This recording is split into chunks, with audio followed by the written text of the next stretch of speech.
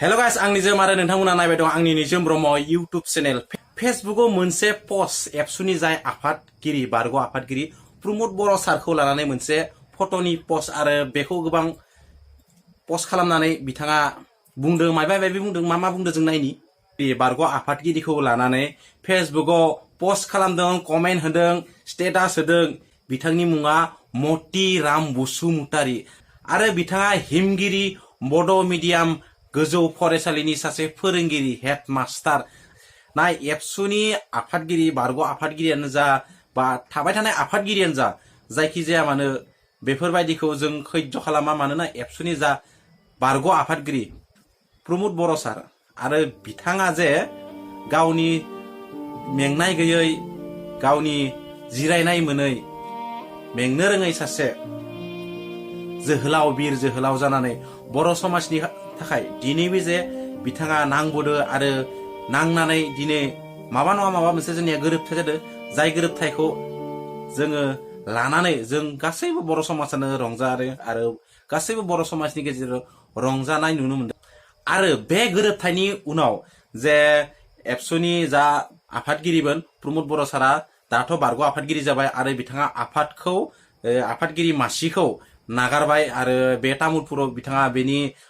एबसुनि special conference जादोंमोन आरो बे मेलनिफ्रायनो एबा बे मिटिंनिफ्रायनो बिथाङा गावनि आफादगिरि मासिखौ एंगारना होबाय आरो बे एंगारखालि जे आफादगिरिया गावनि बेबायदि जे दुखुदों बेबायदिया हारिखौ सिबिबोनानै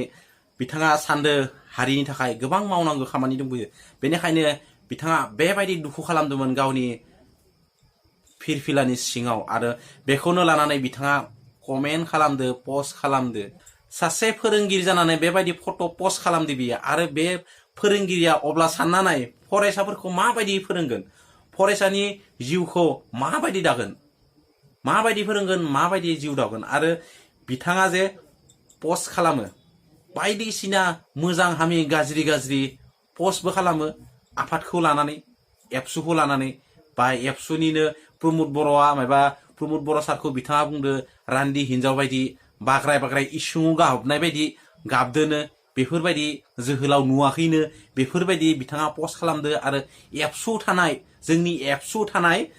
सेंग्रा लाइमोन सेंग्राफोरखौ बिथाङा बुंदो बिफाखौ बिफा बुङाब्लानो आफा बुङालासिनो बिफाफोरासो बिसोरखौ आफा होनांगोनो तारमाने एबसुनि दा जाय सेंग्राफोर दोङो सि बिथाङा मा खर' मेलेमाव मा दोङो बिथाङा बर' नङा आरो जुदि बर'बा थ' बिखौ गनायजानो हाखायानोखा आरो बै जे बसुमतारी नोंथांनि टाइटेल बे टाइटेलखौ सोलायनानै खान आली हुसेन लगायना लाबानो जाबाय नोंथांखौ आरो इ फरायसालिनिफ्राय फोरोंगिरिखौ बेखौ ट्रेन्सफार होनांगौ सनितपुरफोराव ट्रेन्सफार होनांगौ बेखौ आनला मानला खर' दुंनाय साथानो बाथ्रा बुंलाबाय थागोन साला समाजाव मा सिनायहैनो थांदों मा खर' होनो थांदों समाजलाय मा फोरोंनो थांदों सासे फोरोंगिरियानो बेफोरबायदि जायो नामा फोरोंगिरिनि महरखौ फोरोंगिरिनि स्टेटासखौ जुदि लाखिनो रोङाबा फोरोंगिरि जानाङा फोरोंगिरि सासेनि फट'खौ नाया मानो फट'खौ माबायदि पस्ट होदो बेफोरबायदि सासे फोरोंगिरिया पस्ट होयो बेफोरबायदि पस्ट होनायखौ मोजां मोनो समाजा सासे फोरोंगिरि जाना जुदि बेफोरबायदि पस्ट खालामो लान्था थानो लान्थिथिनो बेफोरबायदि पस्ट खालामो सोरबा फोरोंगिरिनि आखल आखुआ बिदिसो गथ'फोरखौलाय माबायदि फोरोंगोन साख्रिखौलाय माबायदि मोनखो सासे फोरोंगिरि जानानै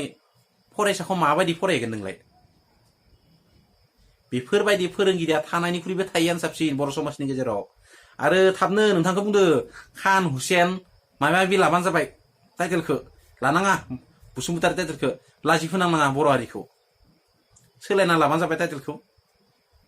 आज्रां माज्रां खामानि गैयाबा मुथिमा जना थाया माने जिरायना था खामानि गैयाबा सकफोराव जिराय थां जयै थां बेफोरबायदि पस्ट होयो सोरबा मानसिया गावनि हारिनि थाखाय एबसुआ एमान दिननिफ्राय एसेबां दिननिफ्राय खौसेथि नागिरनानै बिग्रायबोगासिनो दङ आरो बेफोरबायदि समाव नोंसोरबायदि सुबुङा सासे फोरोंगिरि जानानै नोंसोरबायदि सुबुङा जुदि बेफोरबायदि पोस्ट खालामोब्ला बर' समाजनि गेजेराव बेनिख्रुइबो दुखुनांथाव खौरां जेबो थानाय नंला सासे फोरोंगिरि जानानै नोंथाङा पार्टि गेलेयो थिगैनो दं जाय पार्टि गेले जेव बुंनो लागा जोंहा जेबो गैया नोंथांनि पार्टि नोंथांनि गोसो नाथाय समाजनि गेजेराव बे पार्टिफोरनि थुलुंगाखौ दालाबो पार्टी जियावनो गेलेया नोंथाङा गेलेबाय था बे नोंथांनि मेन्टेलिटि नोंथांनि गोसोनि खोथा नोंथांनि सिंनि खोथा नाथाय पार्टी गेलेनानै पार्टीनि खोथाफोरखौ बेफोरबायदि आबां जाबां बुंलाबायनाङा आरो बे भिडिअखौ जाय नायदों ना शेयार खालामना होबानो जाबाय